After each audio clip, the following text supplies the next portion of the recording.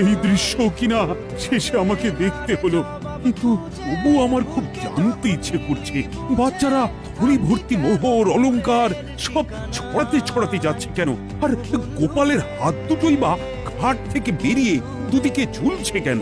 মহারাজ, আর একটা ব্যাপার কি আপনি লক্ষ্য করেছেন? কি বলো তো? গোপালের দেহ কারা কাঁধে করে নিয়ে যাচ্ছে? হ্যাঁ হ্যাঁ, ওই তো মন্ত্রী, সেনাপতি, জ্যোতিষী আর পণ্ডিত। আসলে গোপালের এই শেষ যাত্রা আমাদের কিছু শিক্ষা দিয়ে যাচ্ছে মহারাজ। এই যে দেখুন, যারা গোপালকে সহ্য করতে পারত না, এখন তাদেরই কাঁধে গোপাল যাচ্ছে। তার মানে শেষ পর্যন্ত কেউই কারোর শত্রু থাকে না।